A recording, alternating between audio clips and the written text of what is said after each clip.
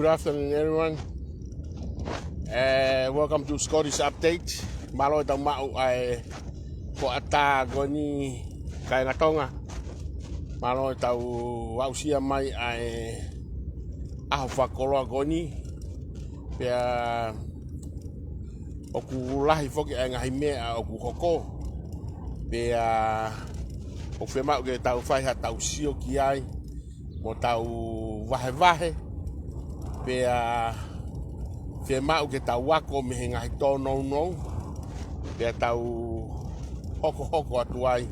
E tau ngāwe ki ewana la tau toe Toki ha fui pāpare matatau. He ku mahau inga apito peke tau lau ai ngahi whakailonga taimi. Good afternoon, everyone. I just wanted to have in English and in Tongan for the Tongan speakers. There are a few issues that I wanted to touch base this afternoon.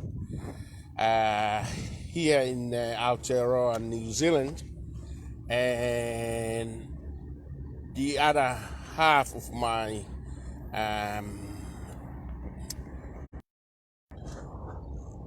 will be regarding the election in Tonga. But welcome to each and every one of you anyway. I will start with what's happening here in New Zealand at the moment. At the moment I'm heading to Otahuhu town center, where we all know that the MMT call it as their capital. Why? Because Otahuhu is more central to other district, and it's very center for everyone to meet up there. As you remember from the Motu'A Rugby League World Cup that we beat Australia here in Mount Smart Stadium. Otahuhu was the center as a capital for the Tongan community.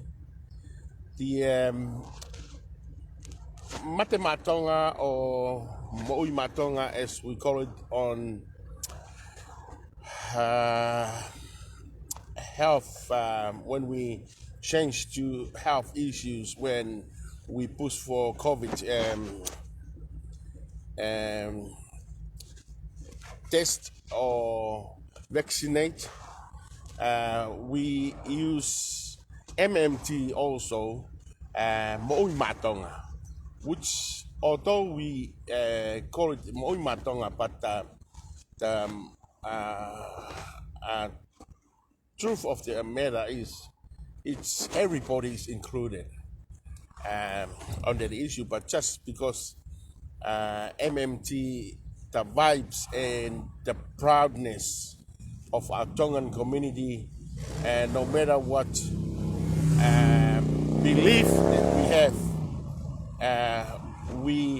once the MMT is coming up as a sign that everybody is belong, it identifies and everybody is proud to be part of. So today at the Inasi or the where Maka Pailate, Tony Fakahau, and others joined together to help our people to vaccinate.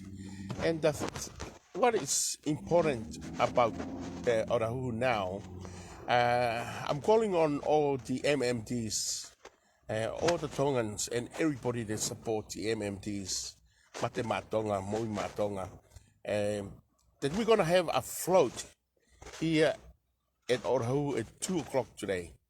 just sorry for the short notice, but please share this with all your friends and families, everyone, that we're gonna have a float here in Oahu, and we're gonna base at the monument at Oahu. Why? We will base over there because further down there's a COVID vaccinated center where we support the Langimali over there. For those of you that are not vaccinated, but please, that you feel that you need to be part of the group that wanted to be protected or minimize the risk of contract the COVID-19 Delta variant, please bring your family to Oahu. There's a further down where the Westpac car park and on the other side. But I'm just heading down there, so I will live from there to you. But the base for us after that, once you vaccinate or you just part of the MMT to support them, because of the milestone that you will reach here in Auckland, DHB, that we reached 90% of the threshold that we are allowed soon, that we can travel unlimited to any area in New Zealand. So that's a milestone for us, and I would like to say thank you to Fapulia, Makapailate, and the team, and everyone that's been supporting us through this time. Although there was some hiccups, some people they disagree with vaccinate, but look, it's your choice, it's your body. But sorry, we have to. This is the monument here in Oahu where we're gonna base. I'm just staying in, so I just wanted to show you where we're gonna base at 2 o'clock. So here is the monument at Oahu. It's just coming from Otara or Mangere, and this area here will be used for our base. There's heaps of car parks for us to meet on. Please, 2 o'clock we'll meet you here, guys. We just wanted to mark the milestone of the achievement for Auckland people that we managed to success and beat. We're trying to beat the virus. We have to play smart. Here, the Otahu Monument. Why I picked the monument? Because of the a lot of people call the Tongan the horse, and I'm proud of it. Some of our people are angry, but for me, I'm not. I look at the horse, and there's a few things in my mind coming up to. The horse used to be the most powerful weapons that the warriors and the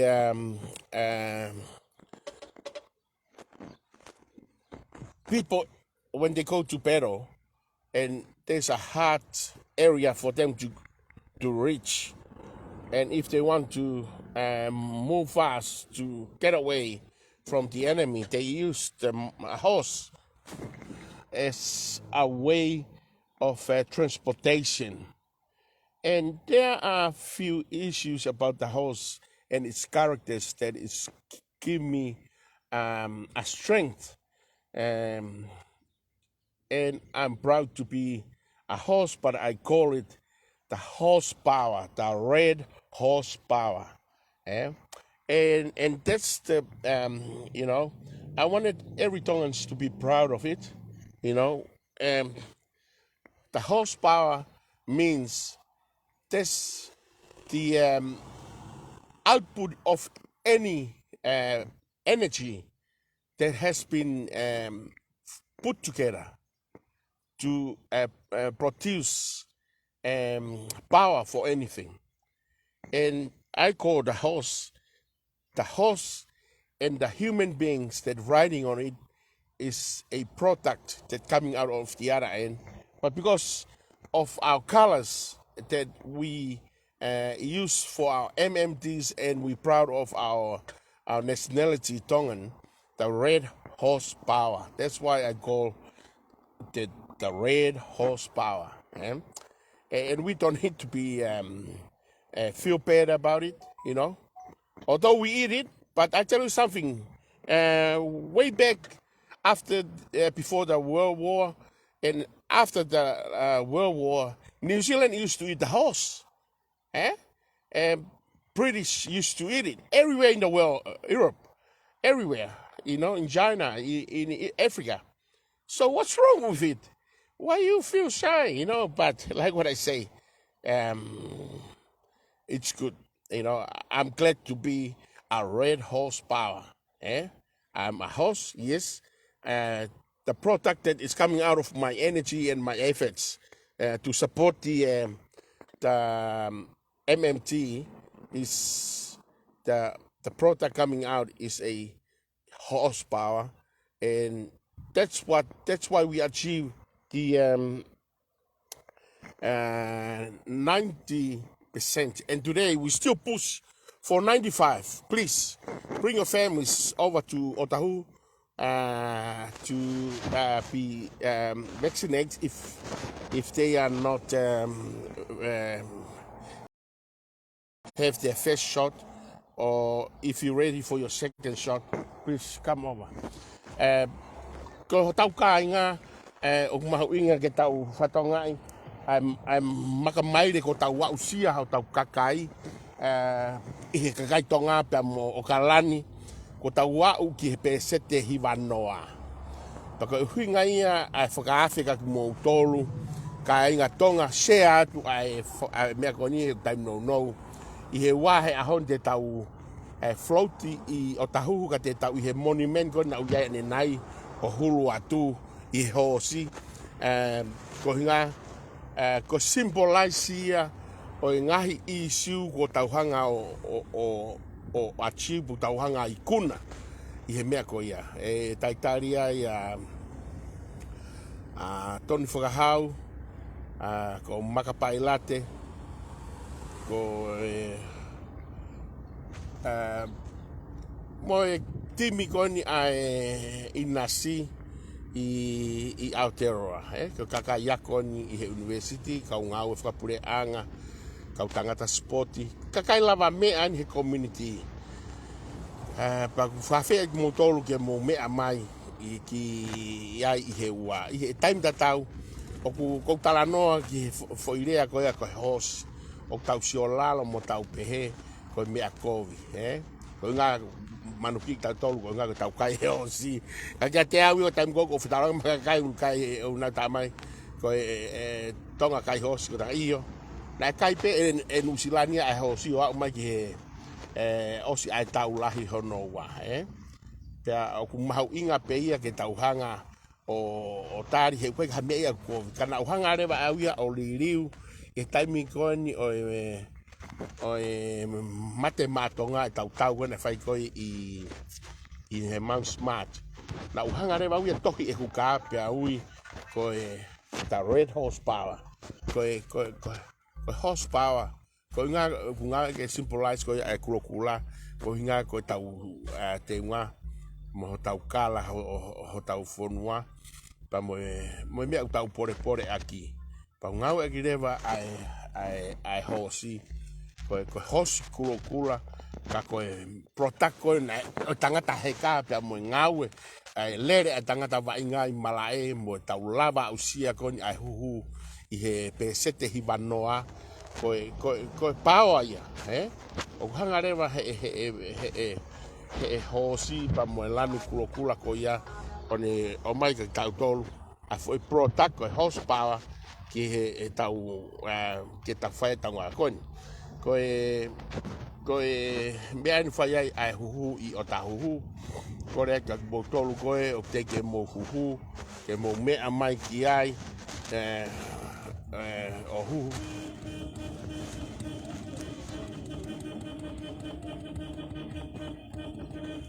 Malo! E mo mea mai ki o ta huhu o mai ho mungahi family ke huhu ai mo malui Ka FAITO'U ia ufai ai koe a ngāwe I he ahoni te mau iai o taitari ai ki mōtolu ka I he wā te tau floati o mai ki ai pa osi peha o mo wilo takai holo pa mo foki rewa ki ai iai kau tangata o whamaro ka mōtolu I he ngāwe lahi kua lava I he tau ngāwe kone ufai ka koe mea koe taha ko sio ki ai ke fie tokoni ata mo tolu he tau Fili u lahi au pito ai tala a pe mo Fili I he Fili koni nai hoko pe mahino o ku ulungia ai Ptoa pe o ku kai te uofo ia ai he na o se hanga pe ia o predict pe na hanga au ia o tala pe ia ki mua I he mahino ka te au ai tuunga ko kuiai ai ongo whaha I koni ai Ptoa kana e kai peke ia taha e whanongo na lahi ai kape mai ka hau pa kai whapiko ia pukawia I he ko lahi ang homo kape mai ko ku to sa ia nge ia aku ia mo tolu I love you guys but ka ko mea ko o ku mahino ka te au o ku kake mahino ia ka mo tolu kia te au I he mea ko na mahino ka te au he kai pe ke tau ikuna I he taimi o tau mawahe ai I ha whaahinga ngā aue pa whakamoni ia I he aho tu apure lulu ai tuunga koe na tau iai kia te au ko harewa tau mea aku whai ko harewa mea te tau hanga whai ki he tau kau Fili ko whaam ke mo shea ngahi whakau koni he taimini pe ko paro pare malahi ko tau aki fusi ene mawhai pe ko hai e tau I he Ptoa ka na e kai ke na lava sio ki foi pare ma ko ia hoko ai mea ko ia e hoko I he taimi ko whai e ko mea ko ia ko mea ko na lava sio ko o ku hoko ai FEFAKAMOLEMOLE'AKI ka nofo KAKAI o he horo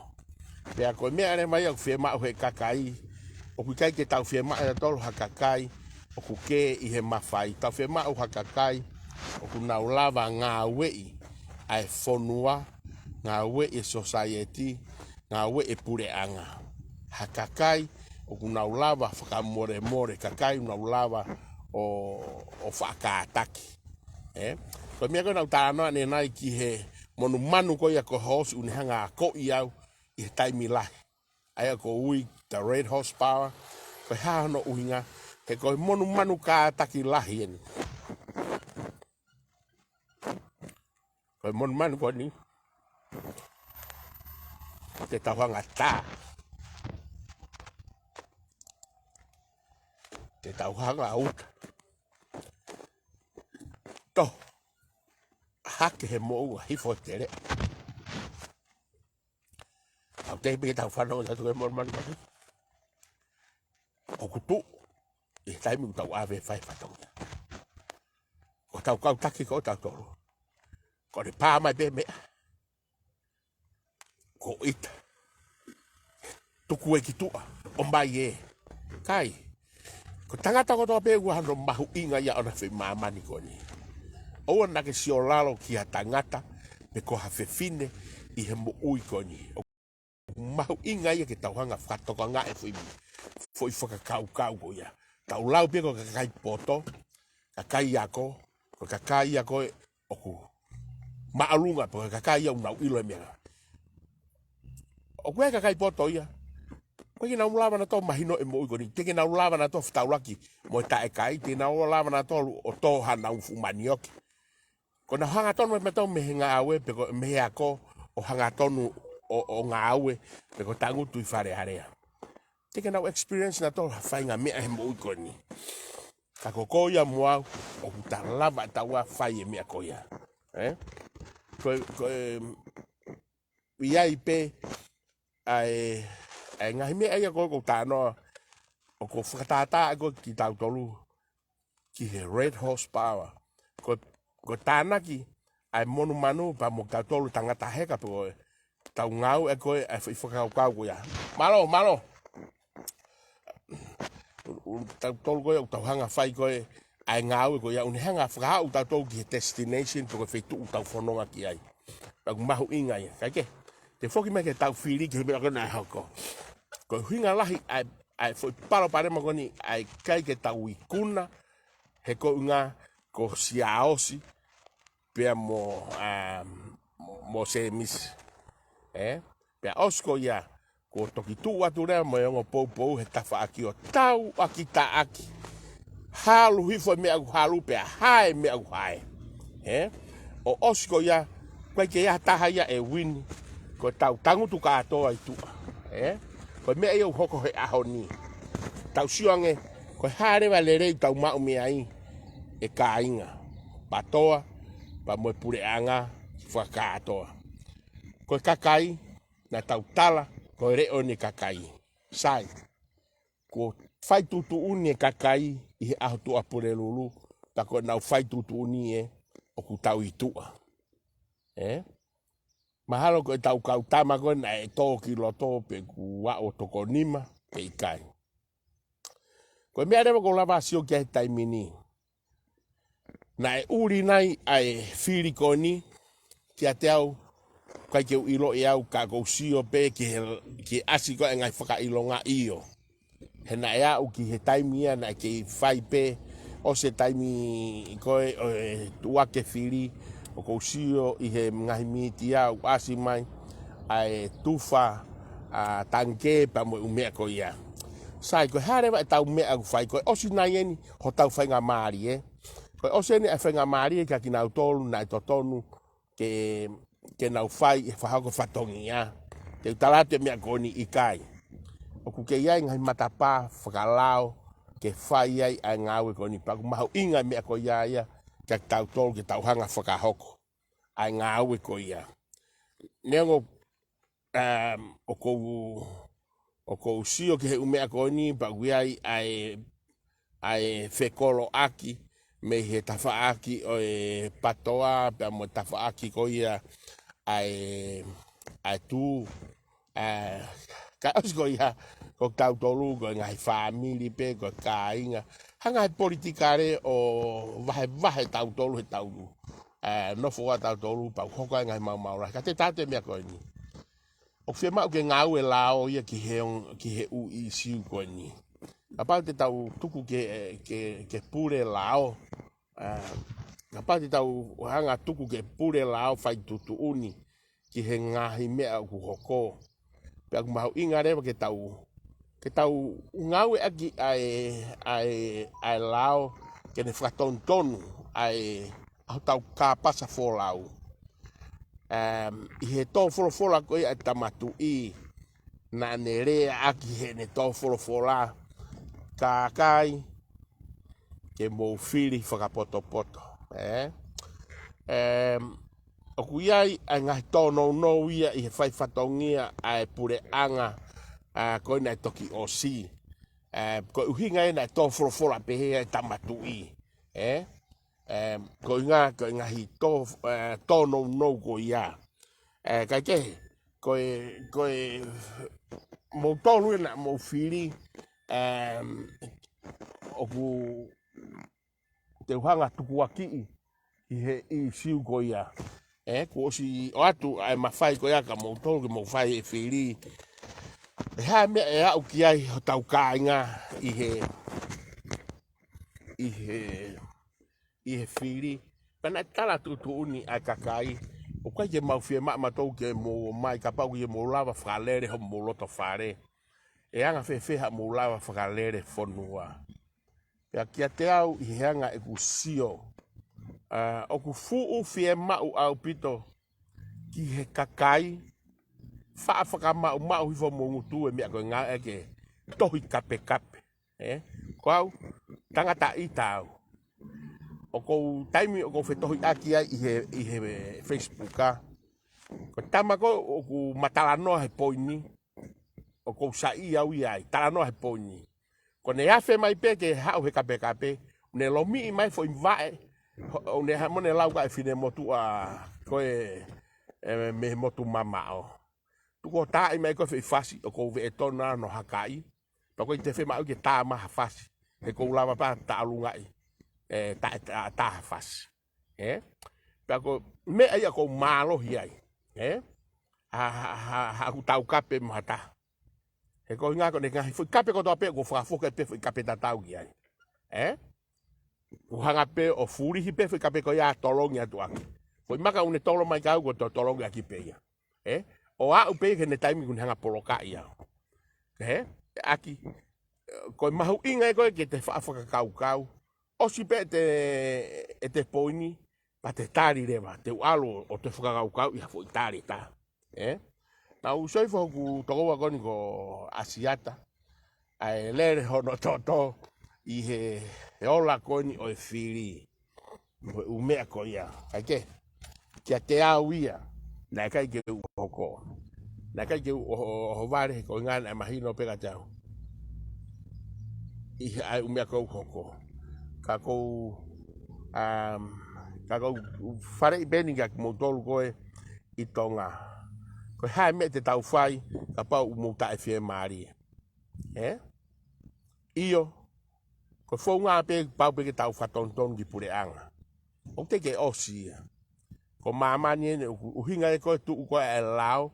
Uhinga e koe ai pure uluaki. Koe tu'i pure HONAU ko Falealea. Pure tolu I he fonua ko whamauanga. Na koe whakamauanga unhangas. Koe mea fuaia ke ne talamai pe na e tonu e whaitutuni ai tu'i. Mea fuaia ne talamai pe na e tonu whaitutuni ai Falealea. Koe mea fuaia unhanga whakauhingai ai lao. Kia ki tau tolu. Ko tau malu angai. Pea kia te au. O ku FIEMA'U ke whai e ngāu e koe ni I he wave taha. Ke oa na mahau ko fui taimu o mai pe koe ahau nima pe koe uke taha. O tonu ke whakahu rewa hei kau whakafofonga unau tae FIEMA'U. Tā naki ho mou kau whakamooni. Ke nau whakamooni kia mou toru I he aho e whai e koe mea koe ia ka e lava ke mauhangahi whakamooni I he taimi koe ia. Ke koe ngā ka e lava ke whai hasio. Ka pau o ku mooni. Osi mahino pe ko Fekau'A. E whakatae au ngā e Fekau'Aki ko Fekau'A. Ko fui opsini o kua. Ko Fekau'A e lava aluhake. Pe ko toi whai ha snap election. Pe ko toi whai ha toi Fili si. I he uwahenga. Pea kou tui pea wia ke whakaukau koe ni. Ko whaampe ke no tau lahi ai taha ko toa pe. Ka mou kore ke recount katoa ai FAITO'U ko toa pe. I he Fili. Ko inga. Pea o atu rewa maha kau tama tau ataina me Nusilani, Australia, pa mo Britania. Ke nau whai e ngau. Ato kau whakamau. Retire churches. Pe kau loea. Tau kei I he malae ke ko ia. Pe ko haloea pe kakai pālangi. Ke nau atu. Ko ngā ke atu maha kakai tonga. Kau maalunga tonga. Ke ngā ke nau sio mo recount. Pala peipa koto pepa Fili koto pei tonga he taimini. FIEMA'U ke silai. Pea tuku ke tawhaaki. Whai e ngau e whamauanga. Pako sio koe aku. Kau tama Ptoa.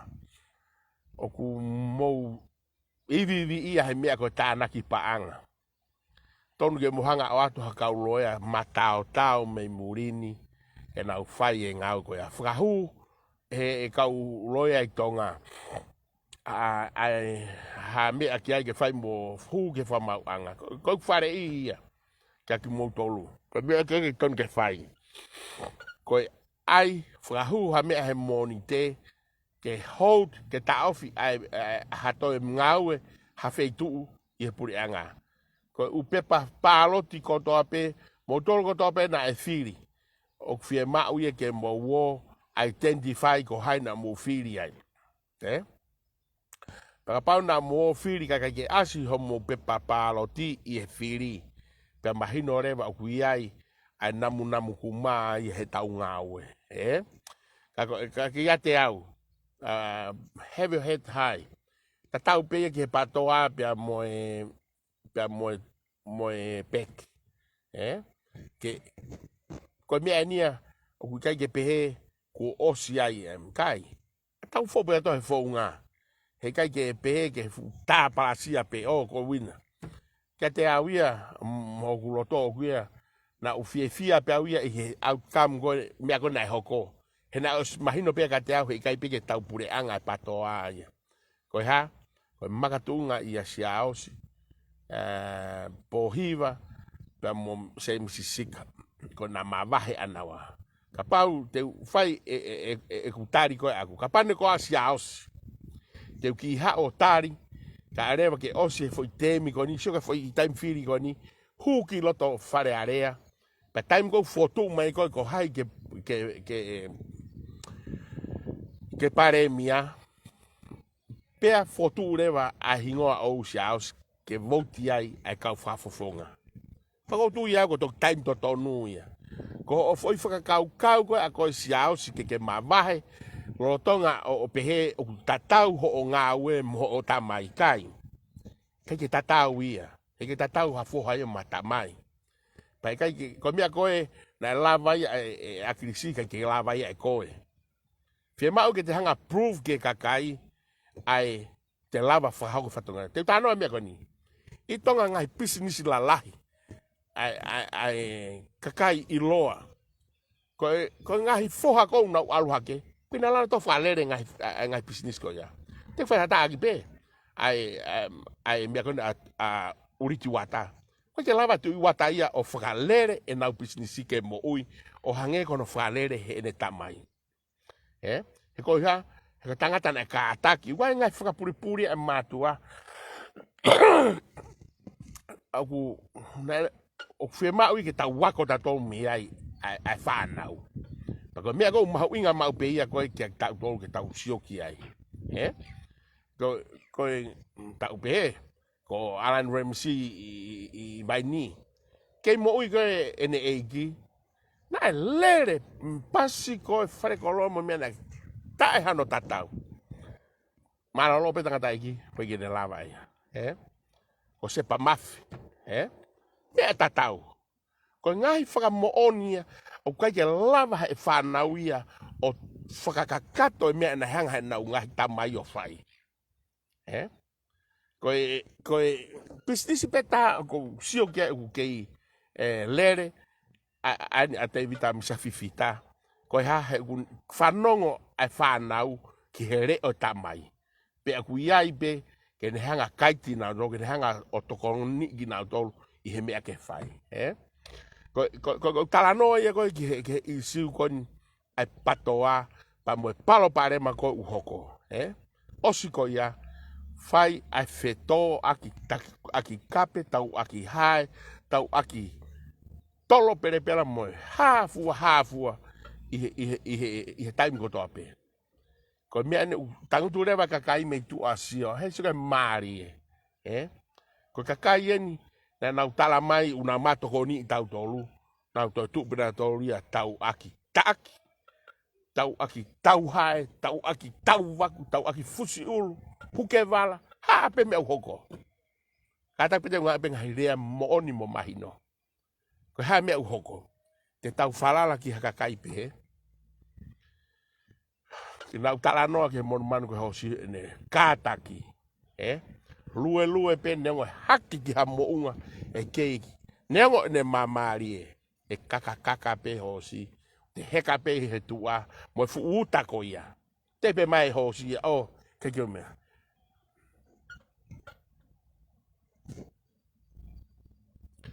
Ko toki to pe hosi la. Ko nga ko te hano ivi. Ta ko tau toki mahino ia. Ko osi e de kataki. Te ke pe mai ia hifu. Ne fai bea.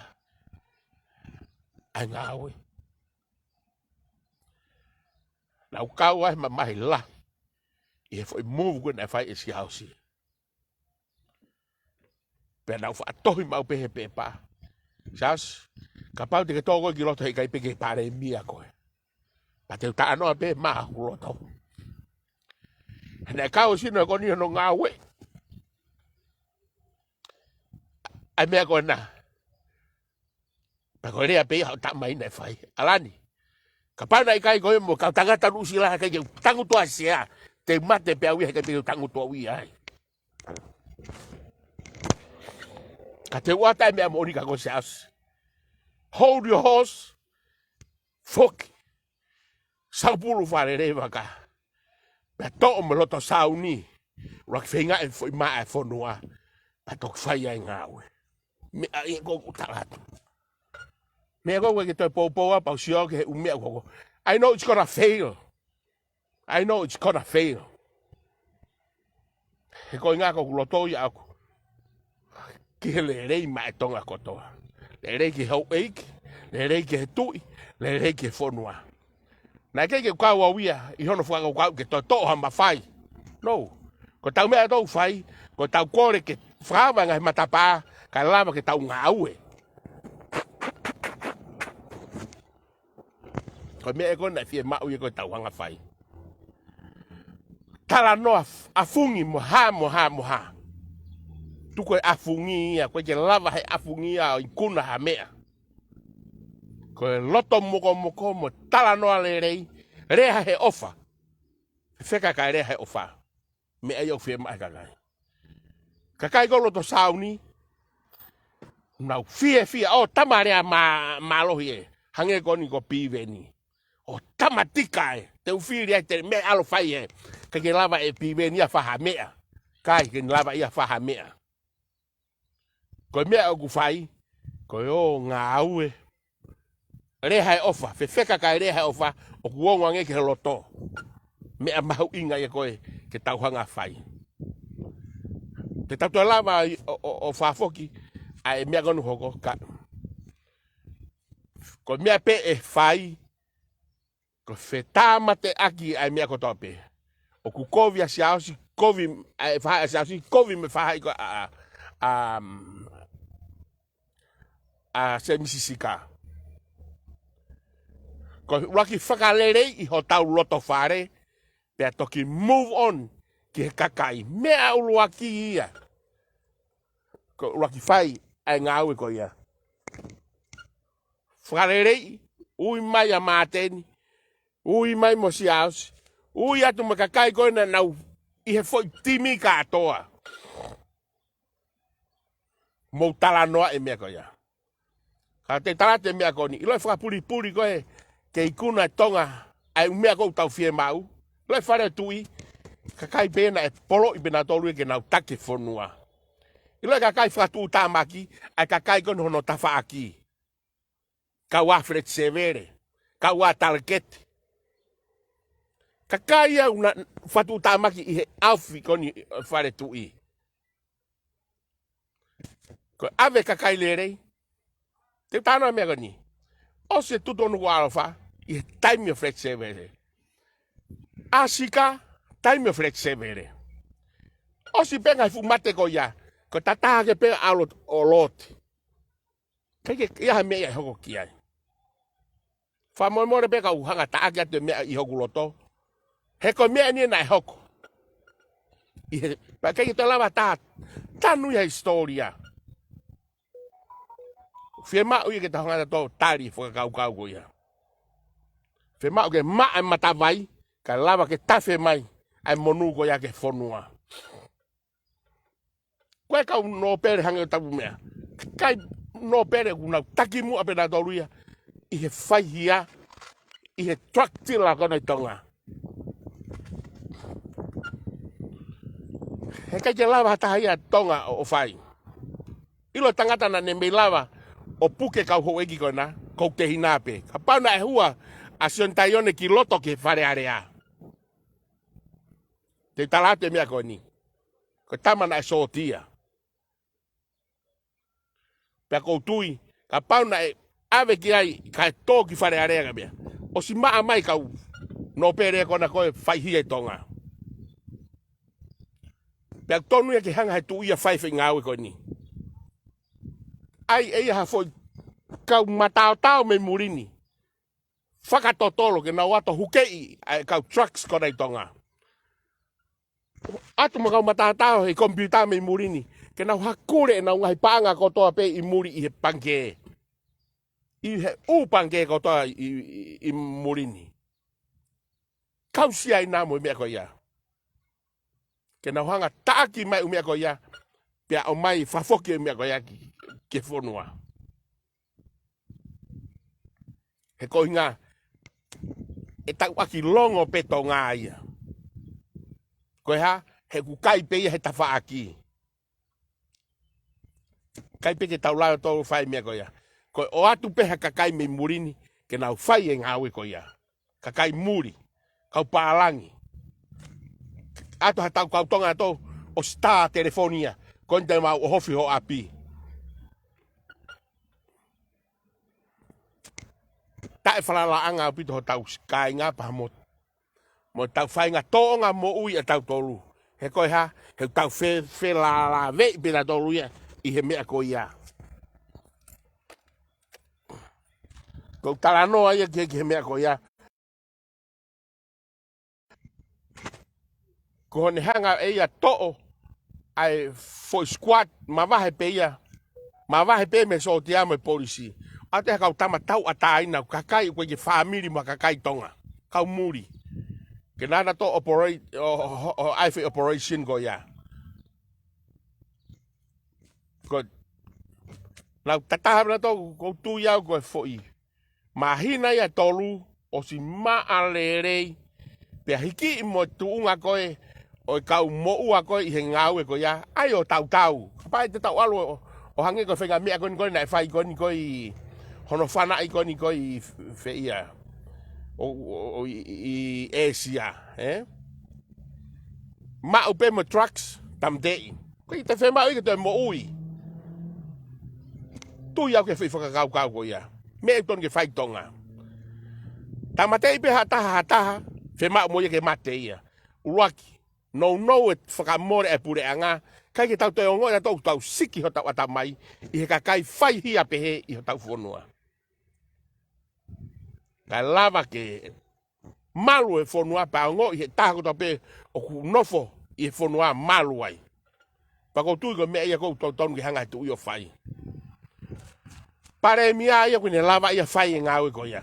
Ka fo i waa koe ki hano tau i koe whai hia o e trucks i tonga. Tonu ke tuange i ke malumalu e tu i. To o ia me polisi pa to o ia me sotia. Ui ha foi ane foi committee pau ana. To at o te ai ke whapipika kai tonga ia i tongana. He ai ke anghane ki mea. Kai. Ko ki FEMA'U ia. Direct pay me tui ki he operation go ia. Nau tariu pina to ke tui. He ko tui pe ofa he i hono KAKAI. Ka te foki mai ke utala noa koe ki he mea kona hoko. Pa koe mea ko loto whaamki ai. Whahure wa whaire hano challenge o Fili. Pepa paloti kotoa pe. Lokai. To o he tui o ave ia o tauhi palasi. O atu ai KAKAI me murini ke na hanga. Pe koe ave ke whamauanga ke na hanga tauhi. Ka tau lava tau sio ki he mo oni pa mo umea ko ia. Pa ko tui ko mea ia ke whai koe ni i he uke kahau. to aia ke na ai pehe aku ita kakai mo mea na kai ke tu ya to ya u ha to fo time goni na hoko he tao no tata ko osi ma mai me he fare ya tu I ho egi ko to ni e kakai ke ho egi no o ku ai ka ho egi aku na ke fai pina tolo ai me koni ko tu I osi ata bi de fare tu I me he mohono tukuaki I ha fainga me apeheni pe FIEMA'U hangahi FAKAMOLEMOLE'AKI ke ne FAKAMOLEMOLE'AKI o kapau o ku kei hange ko lave ko ia ke Princess Pure kai ke tui o FIEMA'U ke fai hakore FAKAMOLEMOLE se tolo I tua ko soifo he mitia pehe o ku kore whakafofonga ko ia afi me mo nga ki a Clive pa mo Princessi ko ake ke se tolo I tua kai FIEMA'U ke se tolo I tua o FIEMA'U ia ke au ki he no I kuanga pe tau ma'u ai fo I mo oni he kapa e se tolo ia e pe pegasio ko mea u hoko tanu I fo ko ngana asi e nau fai hia mo nau fai ko wikai ko tatolu ko kakai mataua kakai ngutu e taha kaku hange ko ha ngutu I tala ko ne ne whailifia ana pa FIEMA'U me ko ke whakahoko FIEMA'U I ke hopoi pe a kapau o ku mo'ua pe a mo'ua pe a pau u hao pe a hao ko FEITO'U ia ko ne hanga tala mai ai mo'oni ka tau tolu pe hange ko lau ma apato clean ko ke tau to sio ki ha mea o ku uri la tai ko whaampe ke tokoni atu e ku lave ko I he ahoni ki he I siu ko ia I tonga pa ko whaampe e ako lahi hene a siaosi pe a mo se emisi pa mo kau whakafofonga ko ia KAKAI o ku nau I tua oua si o lalo ke KAKAI he ku kai ke koi ka mo KAKAI na kai ka mo whanau ka koe mea ko umahu inga ke tau tari FAKAKAUKAU tau laki kamata ia tau tolu mea ulaki ke fai e tonga koe FAKALELEI FAKAFONUA ui he tui ai fonua whaam ke osi ai mea koni o se tolo mahino mo maa oska pa uire hanga au e ki tonga ko FAKALELEI FAKAFONUA tuku ai ke au kai koni fai holo ko e pau lotu ia mo mau paanga ia ke fonua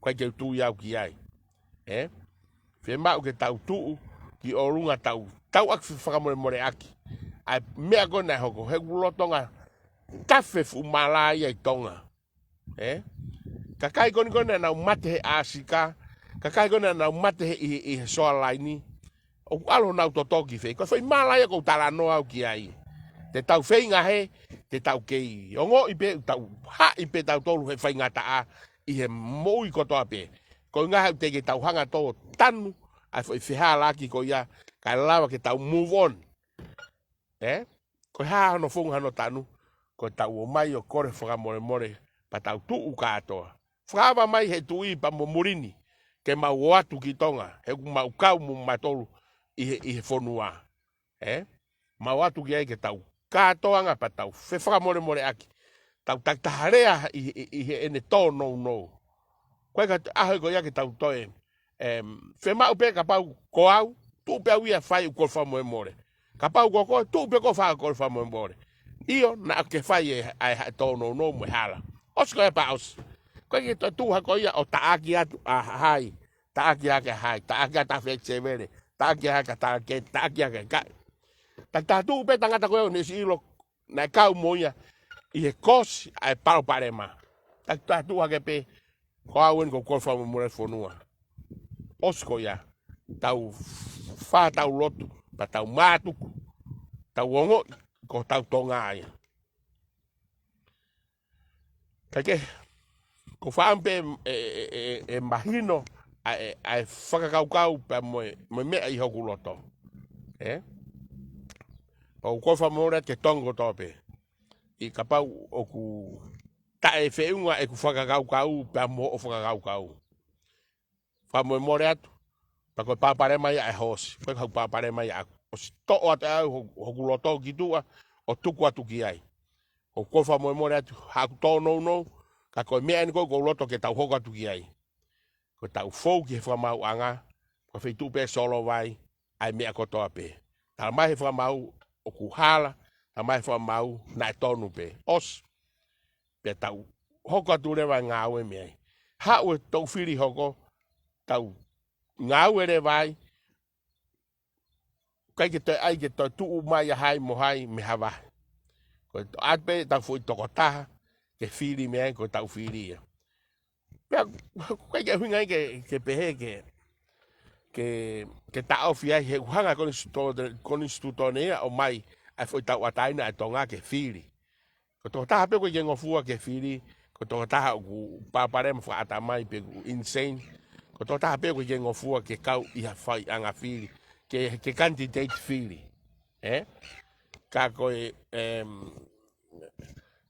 NGAAHI o alau pe ko ia ka ke taramai pe ha matai to na so ifo PEHE ko lelei tahani o nga to la ka matai to io te popo ki ai ka i time to tau pe o hanga PEHE ka matai to to KAKAI pe ta to le kai fonua mone lau ai fine Motu'A ka kalo ki hema fare mahaki ka kalo ki matau fai toka ko ke i loi ko fefe tu te kalo ki ai kalo ki he fai ngata kalo ki he fai ngata FEMA'U ke ya fe tu ke te hao ki ai ko as a victim ko tota na e pa usi ko tota na e hoko ko ha tota victima ia i ha fahinga mea.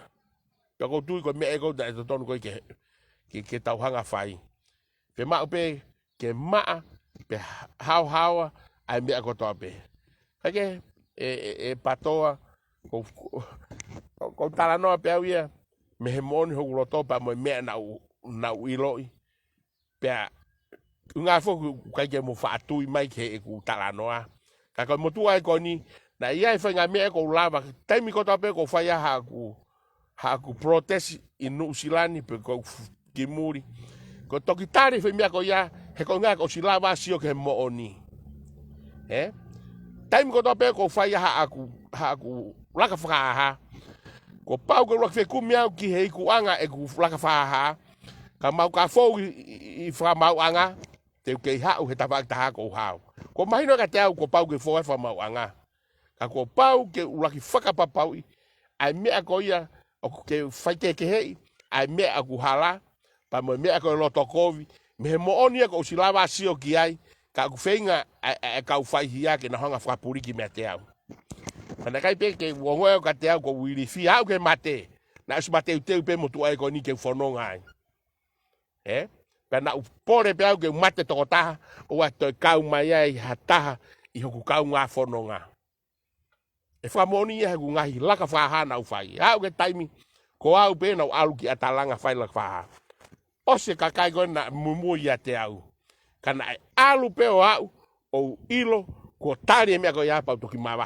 ko me gu ko protest ko me gu ko fa loto o ki kai ko tau ai pe ke so o na me ka na ke e tau wongo tau tolu he na u fai e au i he loto mate aki pena os ilo awia e kuna pana ufa ambe ka pa ya me hoko ka te au the next person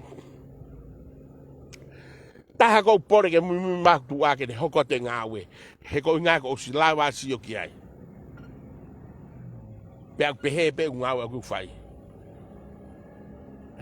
ko fotu ko se tonga na alo Fili fo ki ai pe ka ke mutari mo tolu tonga ai Motu'A ko ni kana mutari pe mo to ngawe pa mo KAKAI go na mauhanga TOKONI'I ko o whakahoko mea. Na Moutari me moto e hiki wahenga, no fi noa wau noa. Ko ngau e Motu'A ko ni mo kainga ni usila. Na Moutari me moto liriu, ko Motu'A ko ngau e Motu'A ko ni pa mo kainga ni usila. Kana ata Fili, peka ke mo FIEMA'U moto riau. Mari pa toire soni, ho mo mea kufai. Ko ha ko KAKAI lo tokovi KAKAI sio lalo. Ka nau fia pe awi ai, he nau osfai pe fatongia. Nau hange pe awi mo KAKAI nu silani, ha hos toho ka mutolo. Taimi pe ko tau kolose ko ha vai perepela mo mea, tu urewa fo wilai muna fai ka uri hono vai, ka ui ato alani me hosi, me fu sariote ke hekai, kau ulu maalunga mo kau maalunga i he sariote ka mau teke ai hosi ke tawaki ko taha. Mari Kone topo ko tawaki taha, pea tuku i re vai alania pa mo KAKAI ko no usila. Kai takai mai fo wilai a piki ato nga alu. Sige mari pa te mo pehere vai to ho mau kakava mo mau fai mate aki ki feia. Sige mari e tau ngā we. Ko mea ia ko uhoko. FIEMA'U peke mo whanongo, he na ia KAKAI na nau tā mai fihi. Ka kou whakawhetai bea mo whakamalo. He kou kei mo ui pia wia. Te mo toki Falealea o wahe pāpela, e kei whainga tā ia pe toi ngai whonua. Te kia tā ia, i he kau whakawhonga tene tala mai, na ai ene wahe, o i tau taha ko ia, o wahe holo ki scholarship e ngai whonua, ai ngai ano wahenga. Ka te ke whanonga ha whafofonga pehe. Ngari whamatatu e talanoa ke mea koni. Nau whanonga na alo te hina ki veitongo pe na alat ki ai, ko talanoa mai he toko taha ka te au, me veitongo. Na eke tai fehu i koni. Tagata, ko hau ke Fili, ko KAKAI toko lahi, me muri unau maa Fili, ko mai pe ko ngako sio ke kapangako. Ko tanoa maari na mai tangata koni ka te au, na pe tangata koni ka te au. Ko foi fehu ko au fai mau pe ke KAKAI ka whafongo ko toa pe tau ke tau, pa mo KAKAI uat me muri. Ko tari maari ho te hina alani na ne pehe tangata. Pe Alani Taione ki a mautolo. Veitongo. O kai ke FEMA'U ia e au a kapangako. He kou lolo tonga, whemari e pea uia, he eku ki ngā we pa mok whamiri. O ko mawhanga we matolu a KAKAI poto, kau toke tā, i muri. Ka kou hau aku ia ke alu ki Falealea, kou fie tokoni ke tafe mai monuhu ki a moutolu. Ko tau ene fia, mo fonu pe kato ia kau whakafofonga. Ka mo kei masiva pe, ai masiva, pa kei tu tāmaki pe, ai tu tāmaki. Ka fonu pe, kau tu marie, pe fonu pe mo kato whakafofonga. Rea tu rewa tangata ege ta. Tangata, tari marie. Ko manofo koni o tari ke skolarshipi, ai fonua ke o mai mahalo tari ke paanga whakavahenga koe i he tau koe ki he ngahi mea. Ka ku te wake ne ai ako. Kai ke ilo po ha mea e whai pe ai sirini o tongi ai ako pe ko ai ki he nau ai mea. Pa eka tu rewa e hok te hina ki he komiti.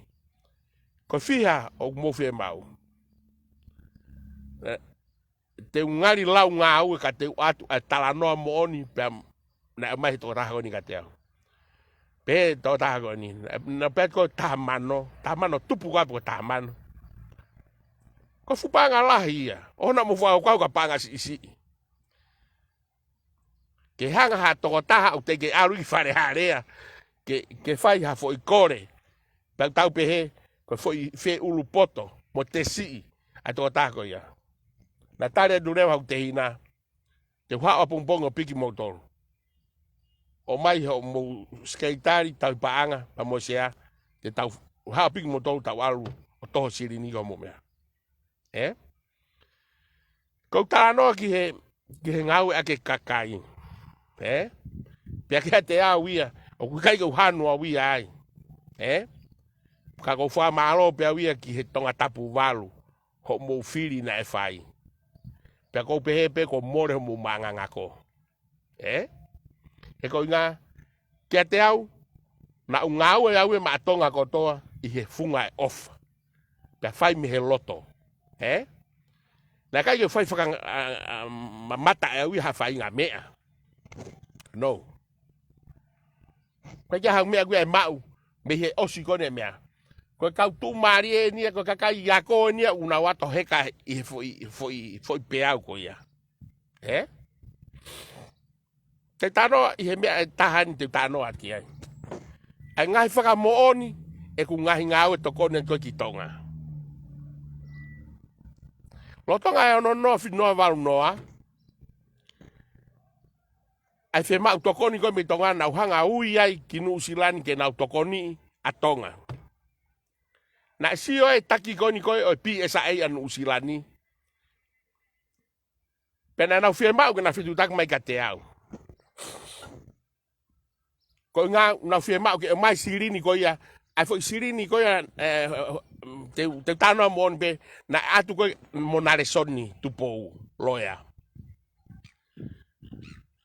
Nau mantu ina kaya nau maa na tori au.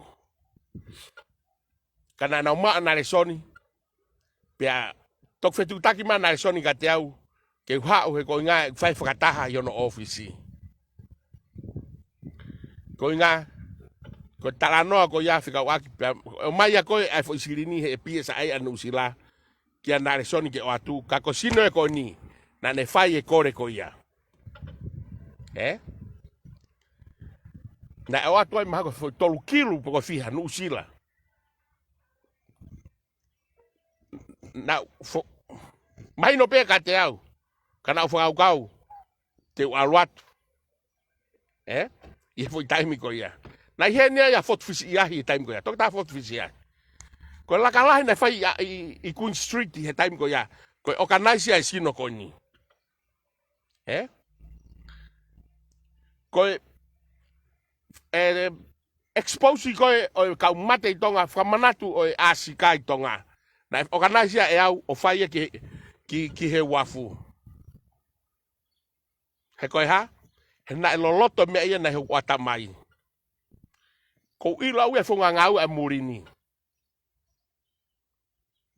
Kei ke toi ha mingi mea ia hene ilo e au. Pako o si lava sio, ki he ngai lere ka pau na ato Fili tonga, te whakaawa ea ngai matapa na tai ameniki na eki tonga. Koe ngā koe ha, ko tokai whakawaha apure anga sino koe ni, e la vai o hau ai ngai monu mo ngai tapuaki ki e fonua.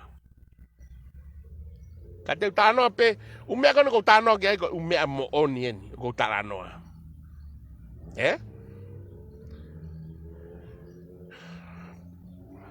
Pea koe taha ngai whakaosi ose ngai ngawe i he mo ui koe ni.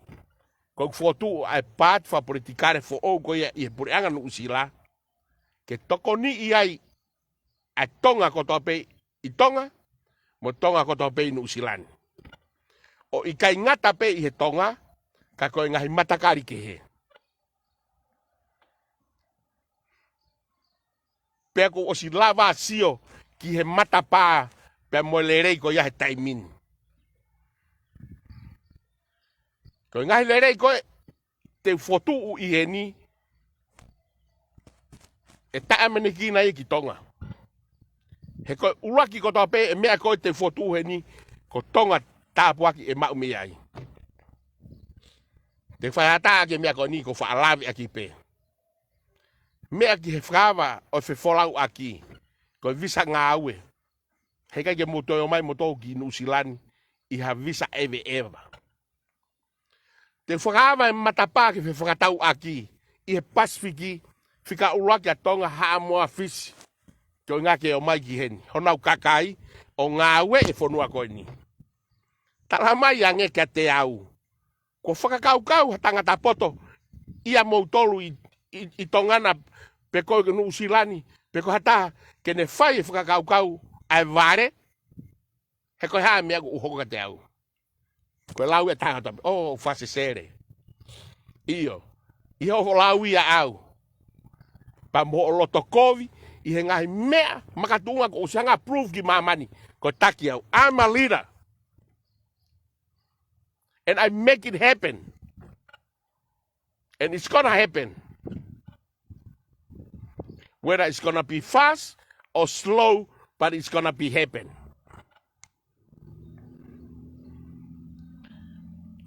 I will change the format and the system of this government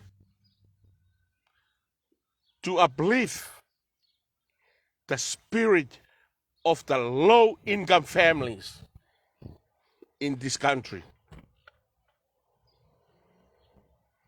And the benefit it will be for you also in Tonga and in Samoa and in Fiji and all the Pacific Islands.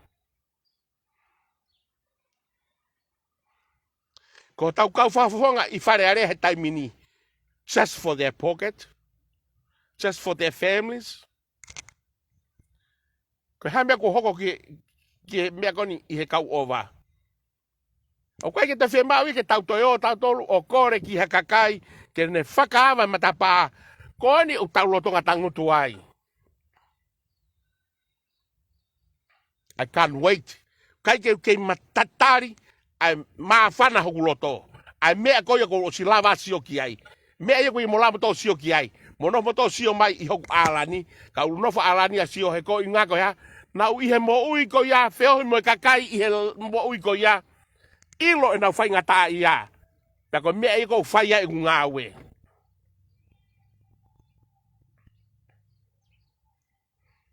I'm gonna make history in New Zealand. Ko ulaki red horsepower ia. Ke ne FOKOTU'U pat fabrikare New Zealand. But success ia is not only ke KAKAI Tonga. For everybody in New Zealand.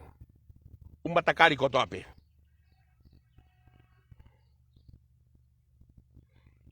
Pako tānoa pea me hausia.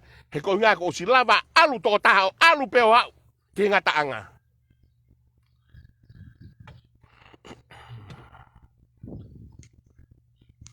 Motu'A ia whaingo fua mea ko talanoa pea moe. Polau e ngutu ha ha ha. Action is different. Taim ko whahoko ai whatongia. Kai ke tatau ia. Ka koe pore koe ka ki Motu'A. KAKAI Tonga ko mo mea mai I he hauani. Oua te mo tangutu o tāri pe ke mo kai. Koe pātia koe ni o FEMA'U ko ia ke tokoni. He koe ngā koe ha. Koe ni man den hanga whawhanga koe. Bak FEMA'U pe ke poupou. Ko whakahoko ngā we ia. Te ulawa au ia whai. Pa mo KAKAI ko ia. O kumo roto ke Fili mai I he community. Pa te uka ngā ue au ia. O makatu'unga I he mea na uiai. Pa mo mea u rotonga whainga tā ia e KAKAI e fonua. Ke whakatau ataina I nau toro. Pa ko mea ko e whai. Kai ke lawa I hae rei pā. Kai lawa I ne sinolo. Pa kai lawa I ko green. Ko green. Ko waa pe ia taha rei pā. Ko KAKAI tatau pe na nau whainga koe. Ilo e pāti kono ko FOKOTU'U. Ko KAKAI, me he KAKAI lau wāware. KAKAI whainga tā ia community. O ku nau ngau e whakataha. KAKAI whai totonu. KAKAI te nau kaluse whai. Ke lava o hake aki ai Motu'A. Ai taha ko toa pe.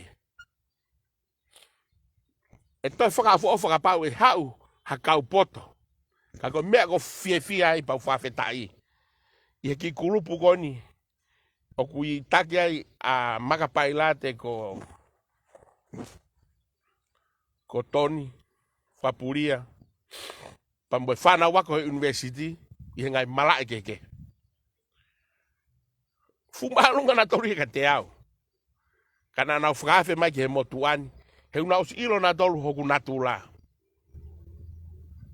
O ko urea pe he hanga tonu. Pe ko tala noa pe mea ko atamai. Pe ko nau pore mai ki ngai lakanga keke.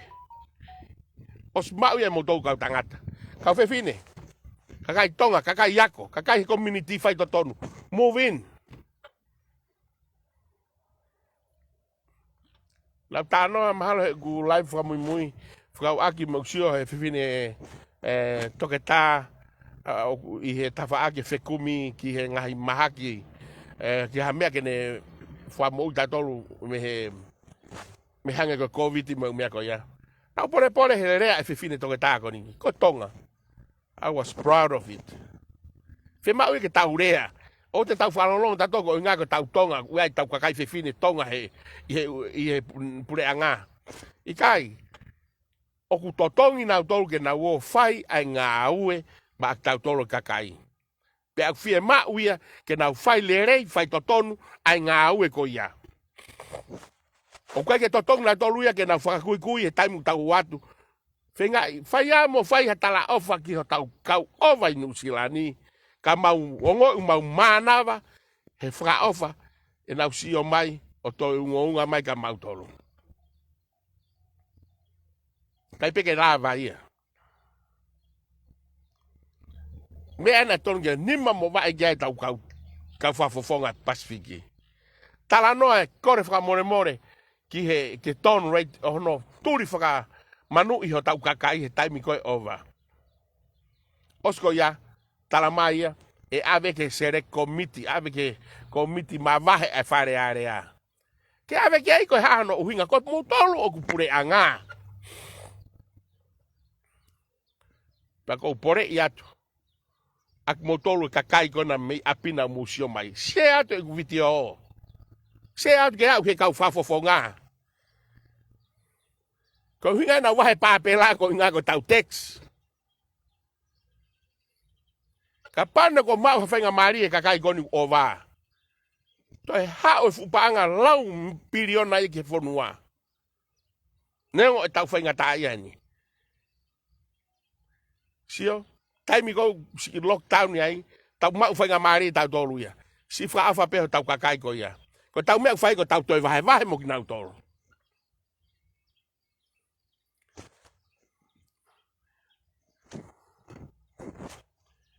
Tangi mau peho loto. Sio ke kakai ko ni. Whaamu mai. I wish. Whai moau ke Fili. E pure anga hoko.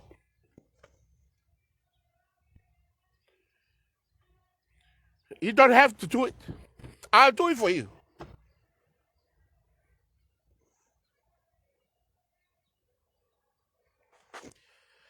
And there's a promise.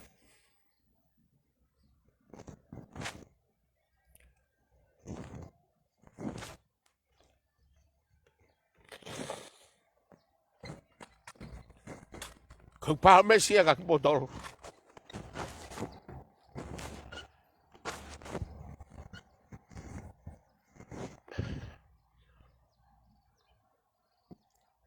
Te whai mea ko hea.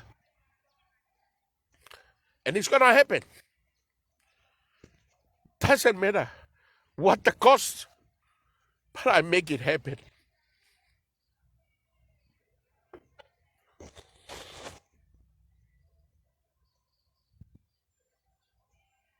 Tonga.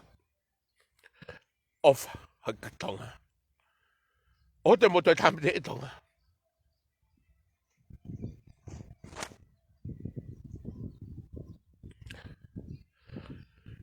Ko taimi ko tau whainga tāi ai. O kuanga ke muri. He tau tangi atu ke tau kau whafunga.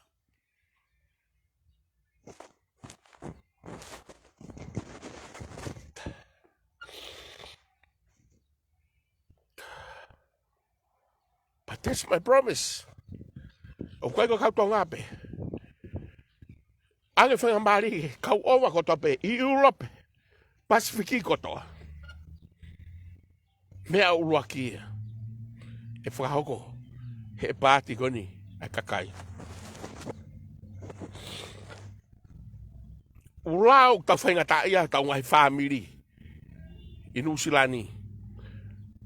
Ko pau ke hanga whakangata ngahi lao ko ia. Kai ke toi hoko mea ko ia.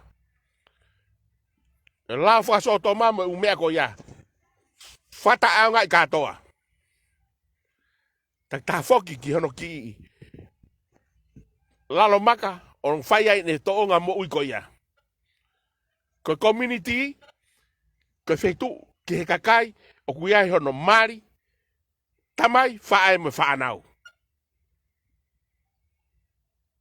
Whamoemore be e kau whareiti, o kuiai whoha u whareiti. Hau peko ngata pe i api, kaki ke toi hau ko o kau he community. Alpe mo toki ngai FEITO'U pau, i he city o whai ah mo tonga moi. U FEITO'U ko toa pe, i he community. Te whakangata mea ko ia peke ke toi ia mea pehe ia. I will do it. Mark my words. What you see is what you get.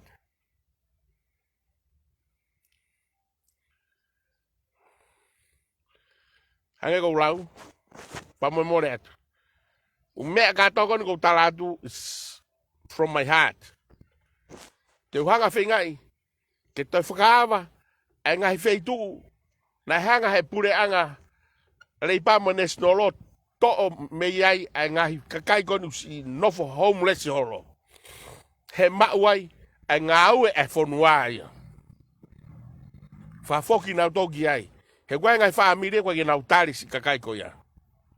I will do that.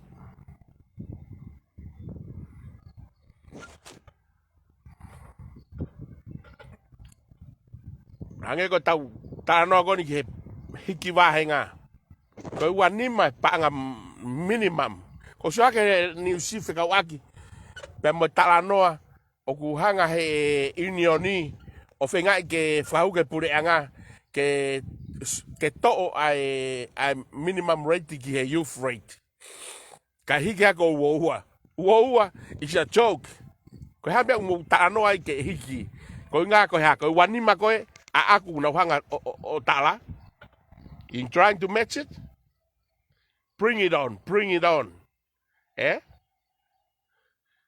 Bring it on. Ko mea ai hoko. Ko paanga i wanima. Ke kia mea ko tala noa ke living wages kape ko hea. Wa living wages. O paanga i wanoa. Ala cost of living here. O hoko ai paanga no ngeau ke he loki tolu. Fitu ngeau. Pake tala noa mai rewa paanga i wanoa.